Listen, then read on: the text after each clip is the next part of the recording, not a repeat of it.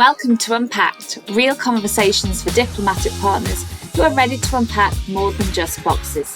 This is the space for the brave questions, the messy middles, and the quiet decision to stop shrinking and start showing up fully. We talk identity, purpose, transitions, and what it really takes to feel at home in a life that's always moving. Because you've always been more than just the label, and this is where we say it out loud.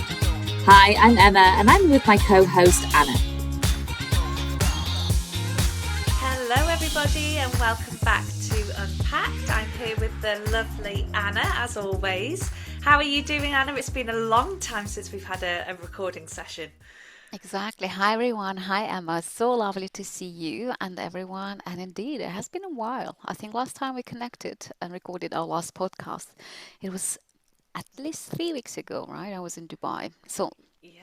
I think it's time to recap a bit and tell, everyone what you've been up to, and I share what I've been up to. Would you like to go first? Yeah, well, what have I been up to? But not too much, really. The bump is getting bigger and bigger and bigger, and I have just been attempting to get some things ready in the background for my maternity leave, and I really, really, really, really, really, and I will want to feel like I have things there for Zesty, and everything is kind of all scheduled, and something, because the type of person that I am, that will allow me to reduce some guilt of reduce guilt of the pressure or expectations of who knows who, I don't know. But just to that will just allow me to, I think, be fully present. However, I do know that I've attempted to do all of this forward planning in the past, and it has ultimately never gone in my direction. So I'm now in the process where I've got 3 weeks until this maternity leave that I'm giving myself starts. And I've come to the acceptance that whatever is done, and there are no expectations.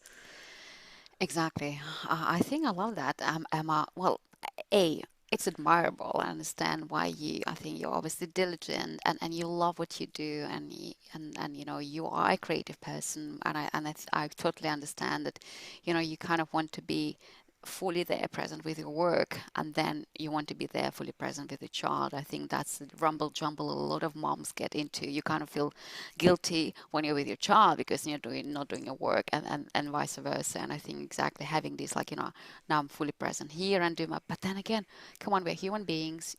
You are growing a baby. You're not even living in your own house. Yeah.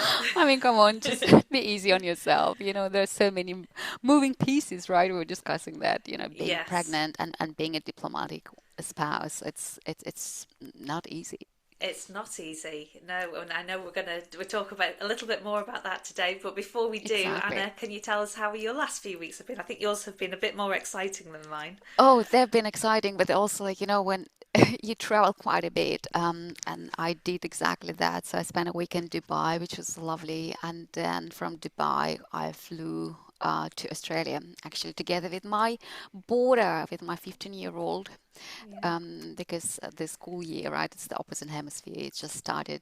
When was it? The 2nd of Feb or so. So anyway, it was lovely too. It's been a long time that I was on a plane together with her, and just we actually met in Abu Dhabi airport. So it was also funny because she flew from Beirut, and then yes, I went up from Dubai, and together we flew to Australia, and we spent some time with her grandparents in Sydney, in such a beautiful place. They had a few shark attacks actually Oh my recently, goodness. really, yeah. So we went swimming on the first day. And it was kind of strangely empty, and it turned out there were sharks there the night before. Oh my So, goodness. Did you you would get in? have to be, yes, we were swimming, but but we also know, there were deadly shark attacks. A young boy, a 12-year-old boy died recently. Oh goodness. Yeah, so you really right now in Sydney, you only, even in harbour, you can only swim in the netted areas, and there are quite a lot of those areas. So you have to be a bit careful. So I spent some time in Sydney, and then I went to Canberra, and yeah, I was there for my daughter, and it's just so amazing to see her, like, swimming like a fish in the water. Because she has been boarding for 2 years now, and she is unbelievable. Like, really, she's so independent. She's a rower, so she gets up at 5 a.m. Like, I don't know how many days a week, because they do rowing on the lake before the school Oh, yeah. starts. And obviously she's not Wow. at home, right? So she has to wake up. Someone, from the boarding house takes her there. Like, she has to, pardon, she has to have her shit together. She has Yeah. to organize things. She has to schedule things. She has to make sure the Wow. transport is there. And like, I'm really in awe, how independent and mature she is, but also how, like, I had a glimpse into her life, because when she was here with us for 2 months holidays, her summer holidays, Emma, all she did was sleeping. But now I really understood why, because her schedule is so packed. It's rowing, it's school, it's homework, and then something, and like, it's super structured, and not a free moment, which is Yeah. a good thing. But obviously, if you do it on and on and on, like, your body's like, it doesn't matter how old or young you are, you need to recover and You do rest. need And to I think recover. that's, I told her, hey, Sophia, I know why you were so tired and really needed all the rest. So it was lovely. That was a long story of Yeah. my But last also, couple like, of weeks. a big congratulations to you too, though, because, that's all of that is a massive, like a showcase of all your parenting as well. Oh, thank you, Emma. It is really important that, when you see your children thriving, that's because you have enabled them to do so. So it's huge, whether that's in at home, if it's away, however it always looks different for different children, but whatever they are achieving, that is due to you. So well done. Thank you, Emma. And I think it leads us nicely actually to the topic of today's podcast. And for the few next podcasts, right, we are planning, we're going to talk about Yes. exactly about that, parenting, motherhood, children. Because I think, yes, I appreciate what you said, and it's true, right? It comes down a lot to the parent, but I also think this lifestyle is ultimately shaping our children into the people they are becoming It as well, is. right? Her lifestyle, that's the only life she knew, that's how she grew up. And I think that's what we're going to cover. Not in today's podcast, because Emma, would you like to lay out our master plan? I reckon I absolutely can do. We are going to talk. Well, we're gonna go through the whole journey from pregnancy, babies, young children, teenagers. Um, what happens when you're at university, when your children go to university, or long distance parenting, in your situation, Anna, or what if you don't have any children, and how that means for you in this lifestyle. And we have a few exciting guests coming on, so I'm really excited about this whole entire series, and it's I'm really looking forward to it, because obviously it's my stage of life now that I'm now entering as well. So I'm looking forward to learning so much as well, because my perspective constantly changes.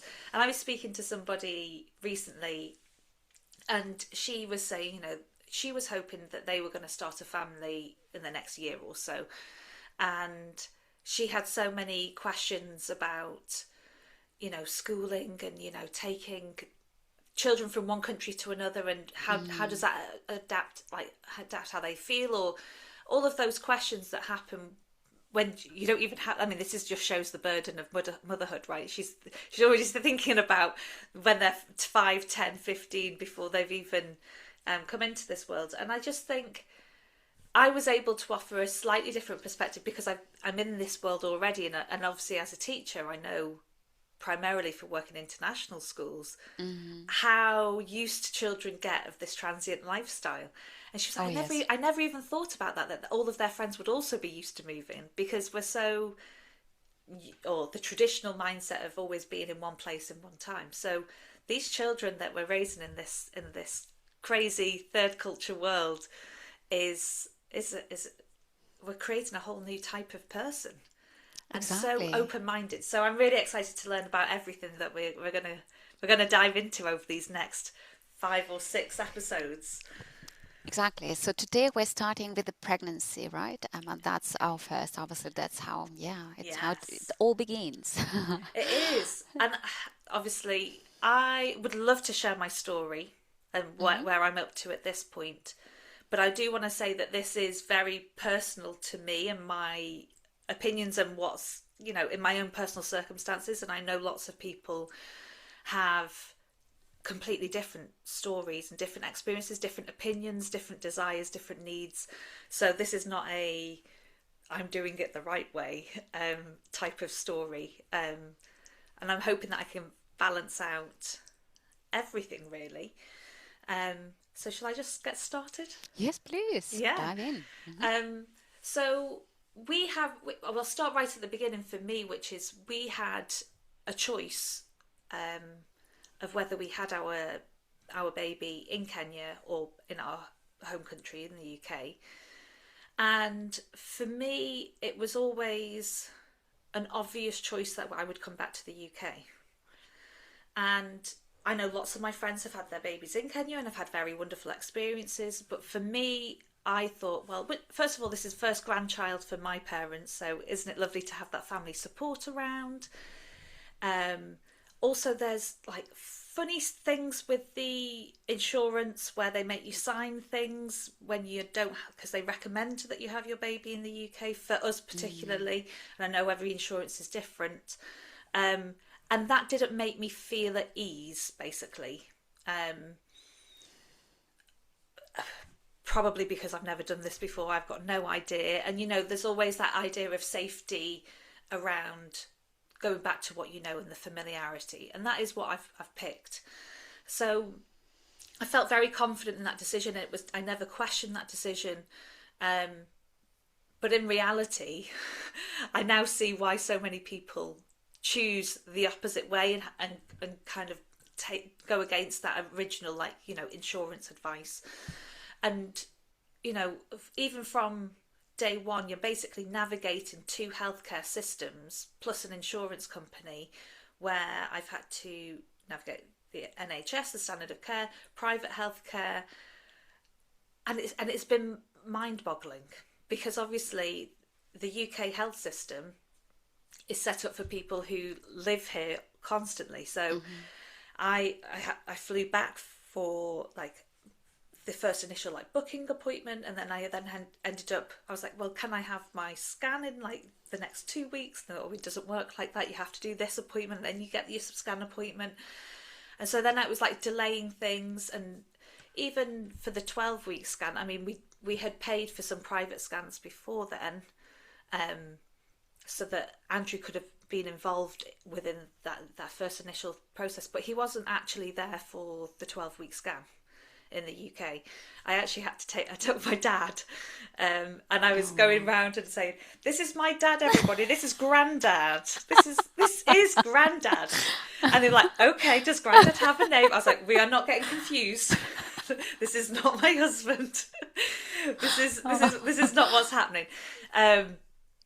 So obviously it's really nice to have that support from family, but it's also then not quite the same, because you really want to experience that with your partner or your husband. And we've been very fortunate that then everything was looking well, but I had some underlying health issues that then just meant that it was extra monitoring, basically. And I felt probably between that 12-week and obviously the standard 20-week scan, I had a lot of uncertainty within that time. So for me, I didn't know when these appointments were going to happen with the NHS, and everything felt very out of control. I just wanted to get back to Kenya. I wanted to get back to normal life. I wanted to get back to my other family, my other support system, and the reality of that, it was really unclear. So this was around September time. I had my 12-week scan. And there was a thought that I wouldn't even get back to Kenya before November at this point. And yeah, that whole situation of being out of control of appointments, not having any clarity in what the standard processes were, because I was brand new to parenthood, pregnancy.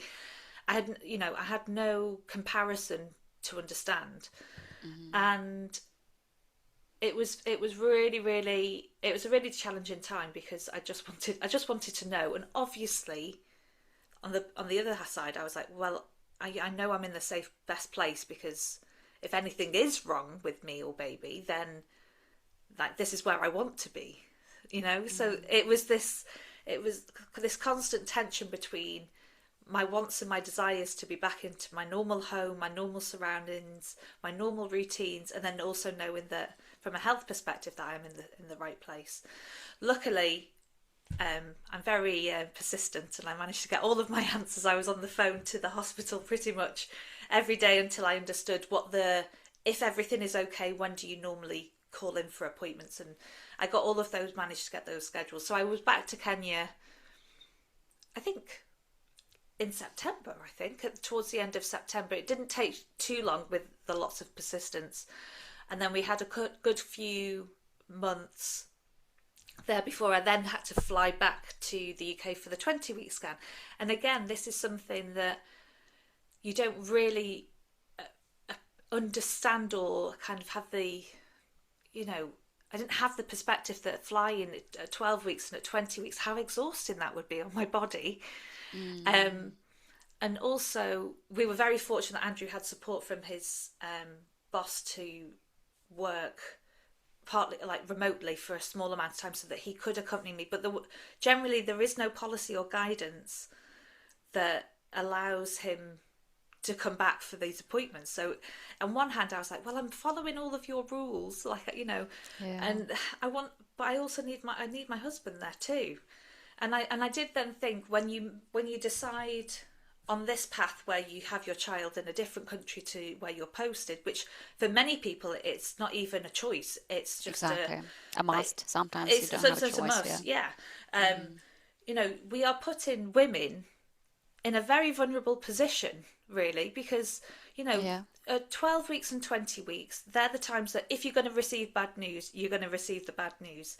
And depending on the work circumstances, there is no guarantee whether your partner can be there. And that, for me, it really sunk in, and I was like, I became really angry, to be honest. I mean, we were very fortunate, and I didn't have that, yes, my dad came to the 12 weeks camp, but again, I had the support system here. If, I was a foreign-born spouse, or I didn't live near family, or any other situation where I didn't have family or friend support, I would have been completely on my own for these scans where you're not necessarily feeling your best, are you? Definitely not feeling your best at 12 weeks. And I think it made me really think that the system, again, doesn't really protect women. This is also the same for working officers too, right? Because they also are in the same situation. We're not protecting women in the way that we should be protecting women. And there's this idea that, okay, but we're offering this standard and this good quality healthcare that really only takes into account the physical safety of yourself. We all know that we have emotional needs, we have mental needs, we have safety needs, and we are definitely not being looked after in that situation. No. For me, thank goodness, everything has been absolutely fine, and I was cleared from all of the higher risk factors, which was an absolute blessing, to be honest. Because again, that uncertainty then made me feel like, well, if we get bad news, this means I'm not going back to Kenya. I'll literally go back to Kenya with a baby, whatever happens. And that for me has been a reoccurring theme of being out of control, or a lack of certainty about the next steps, and just having to really just take it one step at a time, which has been a challenge for someone who likes to plan. Definitely. But it's probably good preparation for motherhood.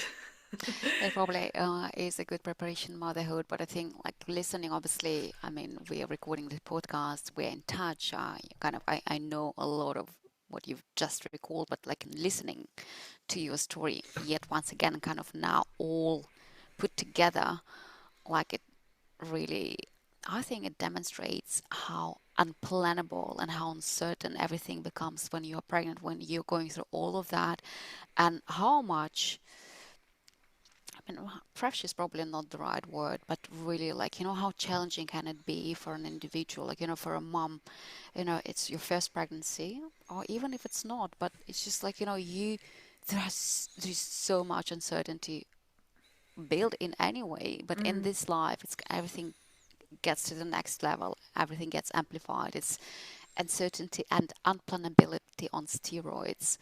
Plus, as you said, okay, you had amazingly and wonderfully, things were all good and you had your support. But what if you don't? But even with you having it, I can imagine still challenging. Your body is going through so many changes. Your hormones are doing you roller coaster, right? Yeah. You are in a vulnerable emotional state, I'd say, like I think as a pregnant woman and Yeah. afterwards. And kind of the last thing you need and want are those disruptions, right? Things should be easy and peaceful and not Yeah. like that. There are a lot of changes, a lot of moving, and obviously, yes, it was your choice due to reasons you just named. Yeah. But the thing, it's just, yeah, it's It adds challenging. you described it wonderfully. I think pregnancy for many, many, many, many people is an anxious time anyway. Exactly. With lots of other things that can happen all at the same time. But it does amplify that situation. Yeah, of course. Not that situation, that feeling when you are moving. And I remember someone saying to me, "This is supposed to be a really happy time of your life," and I was like, "Well, it is." But I'm so wrapped up in the unknown right now that I'm not sure how I can just fully embrace the excitement yet.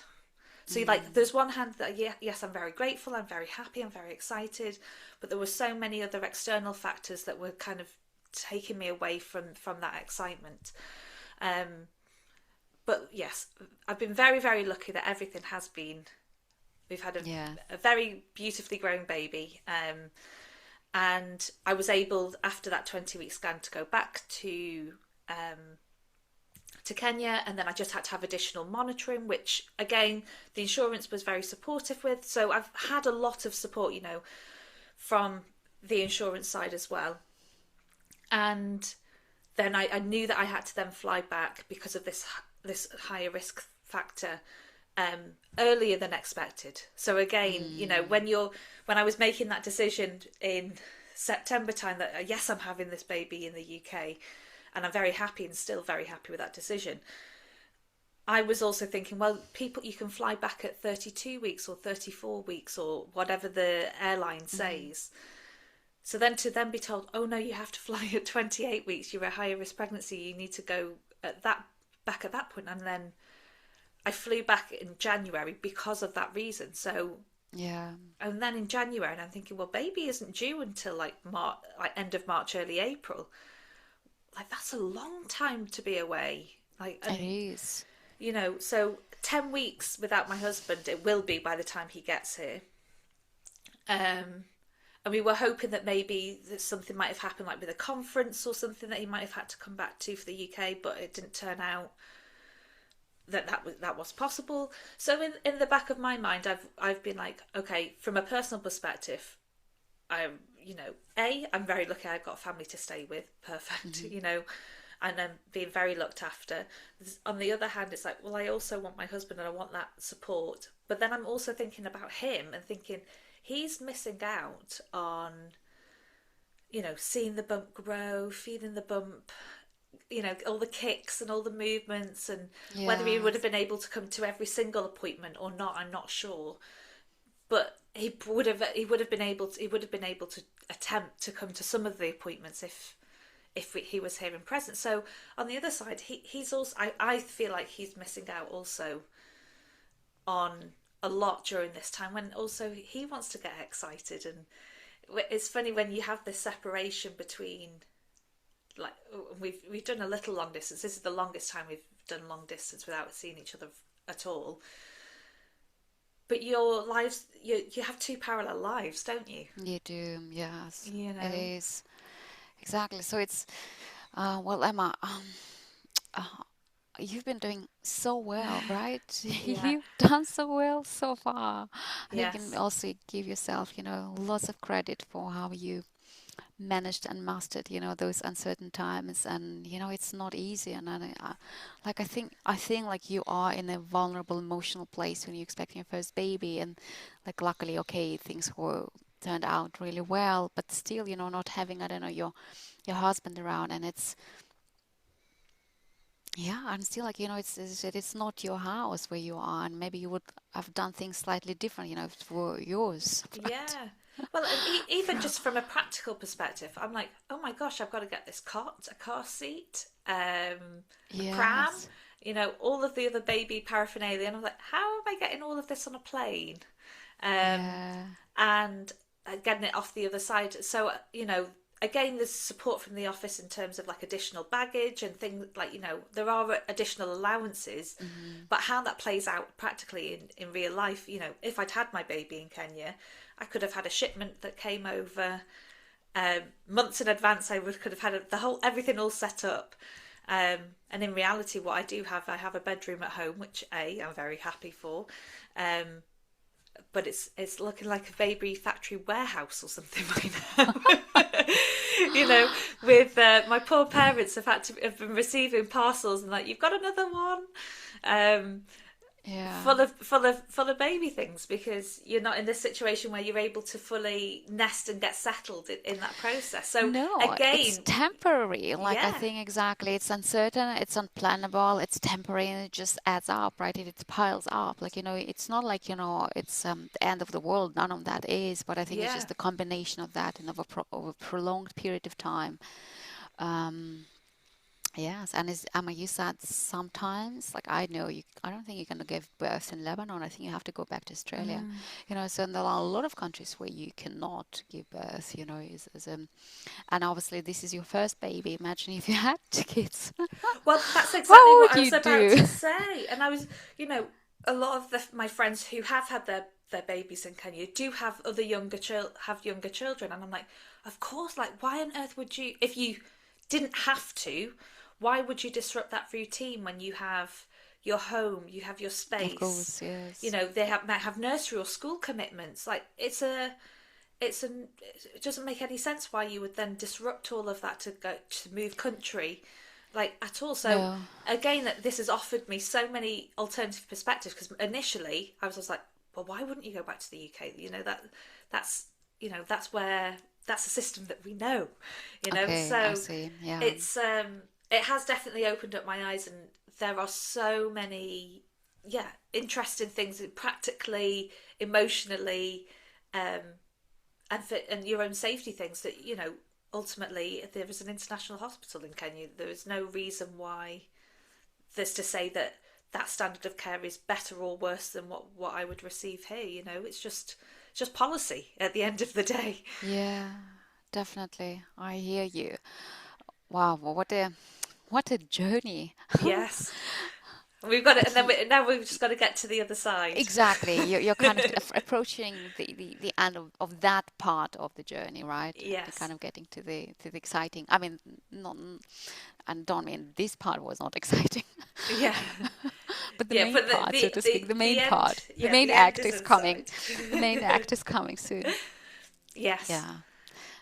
So, So and this is just how it can, like, obviously there was Emma's journey and her, first pregnancy that she's still going through.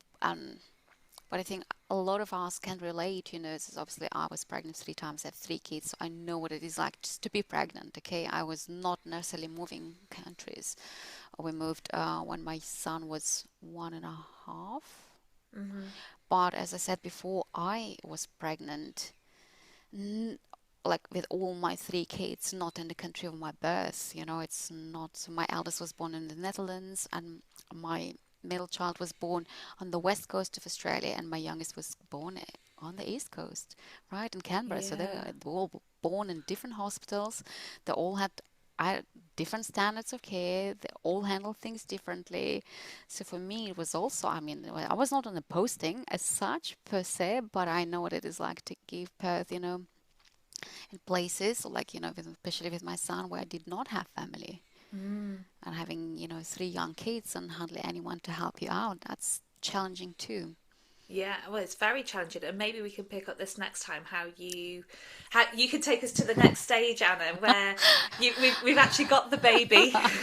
We've got the baby. And we've got the baby, then the happy and the healthy, and that's Yes. Then you can take us through the next steps in the next episode. How about that? Yes, that sounds wonderful, Emma. We can do that, definitely.